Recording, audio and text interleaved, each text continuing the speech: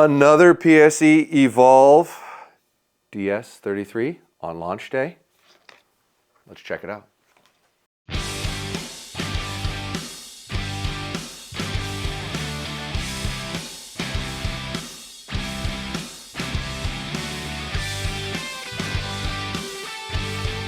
Welcome back to the YouTube channel. Mfjj here with PodiumArcher.com, looking at the new PSE Evolve 33 with an EC2 cam, which is now the only standard cam that comes on their bows.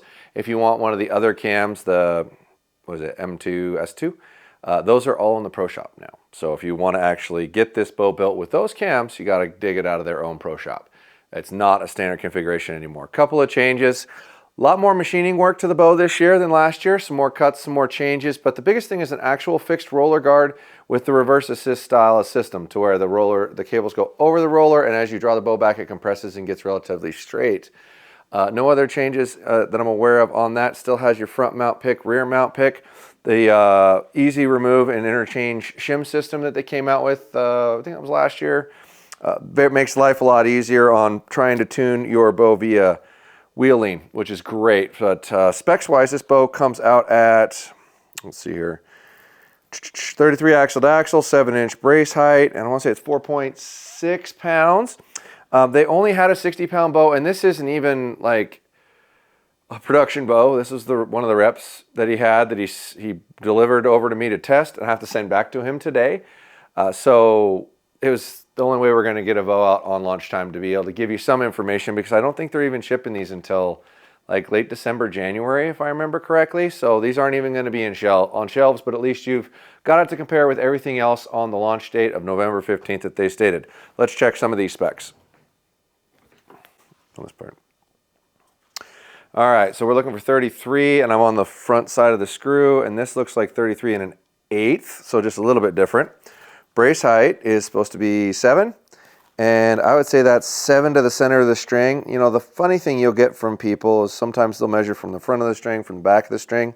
I like it when they go center of the string. That's spot on 7 there, which is cool. Overall riser length on this bow is going to run you 28 inches on a 33-inch bow. And I had a, there it goes, measuring tape. Let's see how much reflex geometry we have here. Hold that right up there. Okay. Just under 2 inches by like a 1/16, so 11 and 15/16, probably something like that. Our physical weight on this bow is supposed to be 4.6. The rep had a rest on it already and a rubber pad that he provided, and this little stabilizer Dewey Dad. Does that just unscrew, or I'm not sure, that just comes off. So we're gonna have to leave that on for this and just have to estimate the weight difference, because there's no way this is going to be 4.6 with all that stuff on there. There's probably at least 3/10 of a pound worth of stuff on here, I would guess, maybe even 4. And we're coming out at 5.3 as it stabilizes out. So I'm gonna give them all the way up to a ½ pound probably, with that on there, and this bolted on that's not necessarily standard, and the rubber inserts. So they're what, a 1/10 pound off. Not terribly bad. Let's see what our draw weight set out. This is a 60-pound bow, like I said, so we're going to test it with 300 grain arrows, not 350 grain arrows, and I'm sure I'm going to get all kinds of comments down below by saying, well, that's why it's slower or whatever. That's not true, and we are going to make a video of what speed is and how you're accurately testing it, showing you like a 75-pound, 375 grain arrow, a 70-pound, 350 grain arrow, etc., etc., etc. So you can see that it's not actually a different speed when you put different weight in, if the weight is relevant to the poundage. So let's see here. Oh, it is kind of nice to start out the day with a lighter poundage bow. 60.9, so we're going to have to back that down just a little bit. Where's my orange wrench? There we go. And looks like we're going to have to pull that because that's not in there all the way.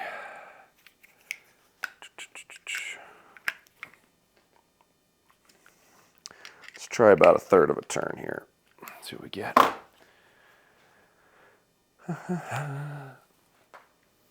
I do like that they went to a rigid cable guard system. I think that's more reliable for sure. Jesus, I went up.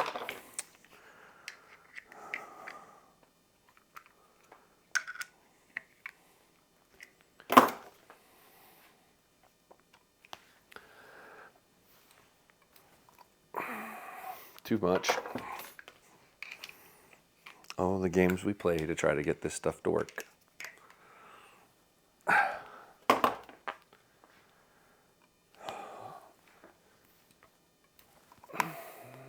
So close. Almost. 59.7.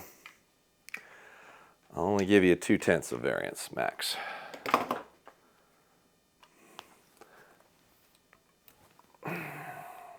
Still 59.7. Goodness gracious me.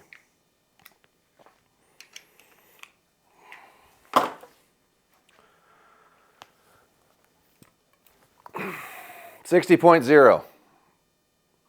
Guess you can't complain about that, right? All right, let's check our draw length and see what we get. Okay, we got her back in the draw board. Let's see what kind of length we got here. So pivot point here should be in line with that bolt hole, and this bow is more like 29 3/4 to 29 7/8. So it's a little shy of its actual draw length, which is rare. You don't find that too often. Almost always they're fudging this on a little bit of long side, and they're doing that because it makes the bow go faster. So good on you, PSE, for giving you a good honest length, if anything, a little short. All right, first 3 arrows out of this bow. See how she feels.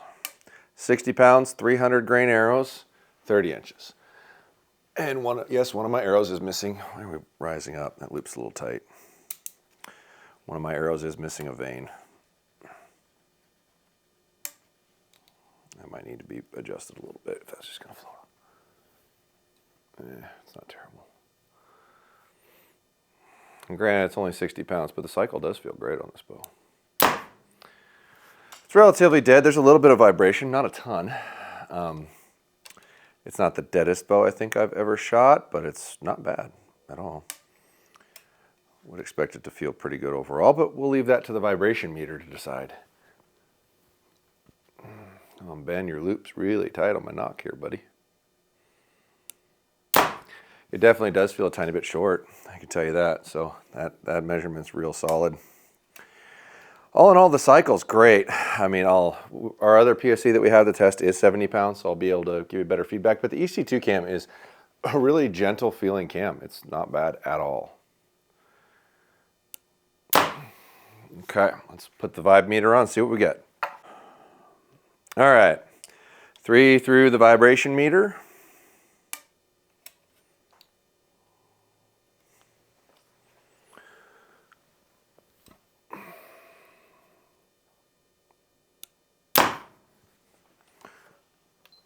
$14.75.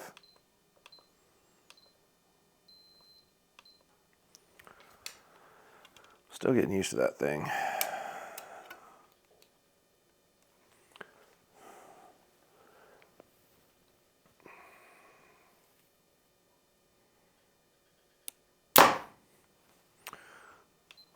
$10.95.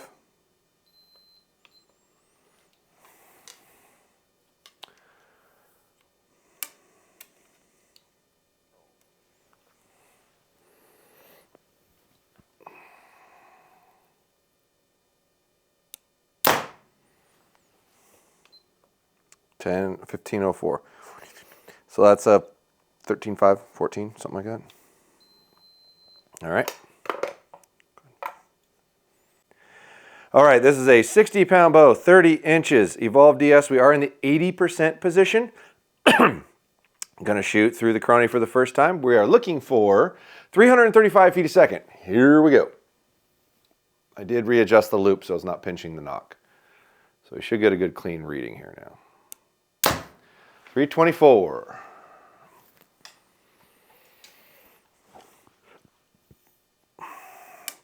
Now I know traditionally we shoot 350, 450, 550 arrows, but because we only have this bow in 60 pounds, we're going to shoot 300 grain arrows and 450 grain arrows just to give you a little bit of a variety. Duplicate of 324. This arrow is missing a vein, so it's going to be 7 grains lighter, probably give you 3 feet, maybe 4 more because there's less surface area as well. So don't be surprised if this goes like 328 or something, or 327, or 325, like that says. So, all right, we'll take 324 as our number for that, and then we'll shoot those other arrows. All right, here we are, 450 grain arrows, 60 pounds. 30 inches, Evolve DS33. 265.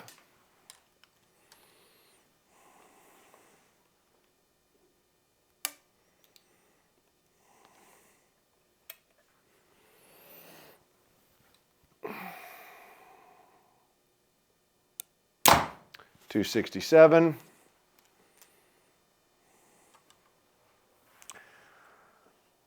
I need to refletch this one. That vein's starting to come off.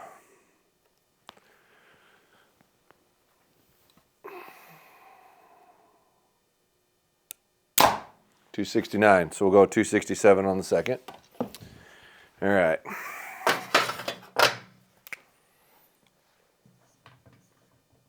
Okay. Draw cycle. I'll give you a 5. That thing is smooth, like really, really smooth. Grip, it's got a very medium-sized contoured rubberized grip, which I am very much not a fan of. I'm sure you can take it off and have a relatively square edge underneath, but it's not my favorite rounded grip. I'll give you a 3 on that. The back wall feels pretty good. It's not perfect, but it's solid. I'll give you a 4 for sure. Balance, the bow does feel relatively close to balance, but it's not as perfect. It feels a little top heavy to me. Not bad though, so I'll give you a 4 there. Speed, we got a 324 on a 335 rated bow, 324. So you're more than 10 feet off, and for your brace height and your size, I'd say you're actually getting a relatively decent speed for how easy that bow pulls. But I'm going to give you a 3. I'd have given you a 4 if you were within 10, but I'm marking you down for that specifically. Weight, 4.7. You're a little off on what your published is. And personally, I feel like you can make a bow that size a bit lighter, especially one that has as short of a riser as yours has. So I'm going to give you a 3 on weight. I really think you can do better in that category. 33-inch axle to axle. That's like, I really like 33, 34-inch bows, and you were a 16th over it. I'll give you a 4 out of 5 there because you didn't quite nail it, but it's a good size and a good configuration. Thank you for making a 7-inch brace height and calling it 7 inches. That part I really like a lot. I cannot complain. Actual draw, if anything, I'm going to give you a 5 for it because you really nailed it. I bet you if you set that at 85, you're probably getting 30. So you're actually giving people a real feedback of what it should be and what it actually is. So that number right there is not an inflated number, which is really good to see. Give you a 5 there. Reflex geometry on a bow with 7 inches of brace height and a 33-inch axle to axle, there is no reason to have 2 inches of reflex in it. It's not necessary. I get it if you're trying to make a super speed bow. So, but it's not the worst I've seen. I'm going to give you a 2 because that's a lot of reflex for a 33-inch axle to axle, 7-inch brace height bow. It's just not necessary.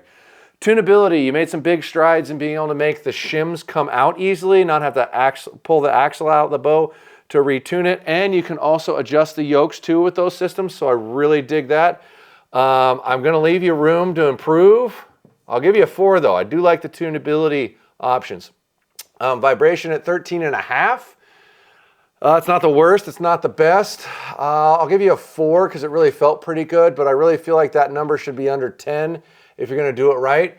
And for a bow that has those dimensions, those speeds, those specs, relatively quality name, $11.99 price tag, compared to most, that's on the lower side. I'm not going to give you a 5, but I'll definitely give you a 4 because I think you're doing a good job there. And then I glossed over the features because I want to grab the bow and cover them again. Stay down here.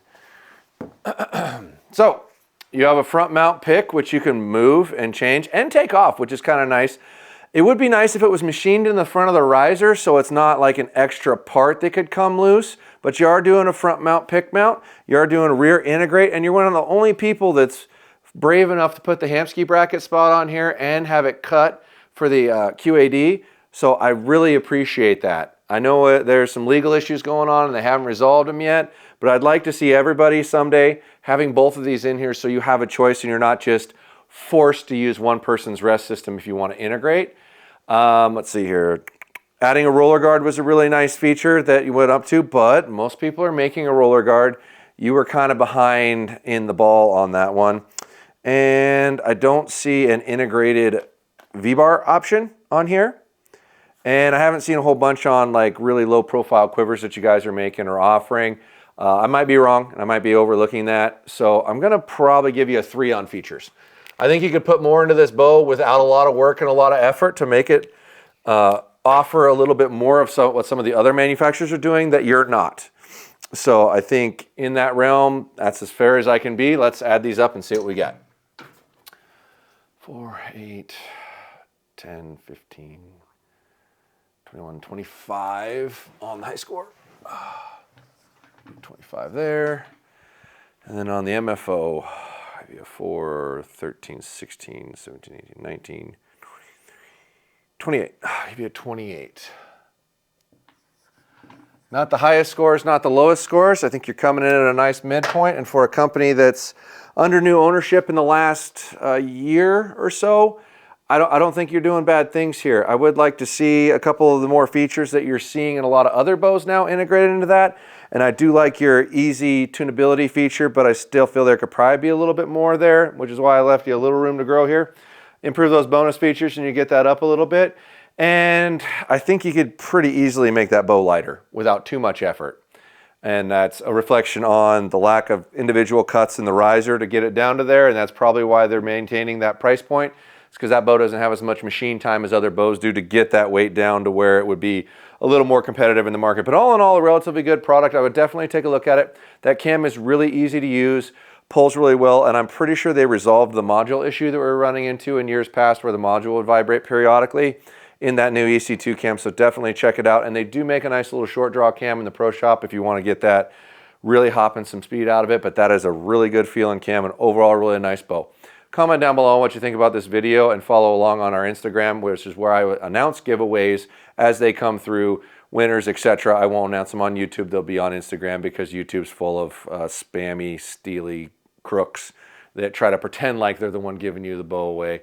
I will never ask you to send me money in those scenarios. It'll always be, hey, come here, we'll schedule and coordinate a time and put it together and play with it and get you the whole experience, and maybe we'll put you on camera and maybe we won't. You know, we'll do some of them that way and some of them not. Anyway, thanks for following along. Keep checking us out. There's more coming.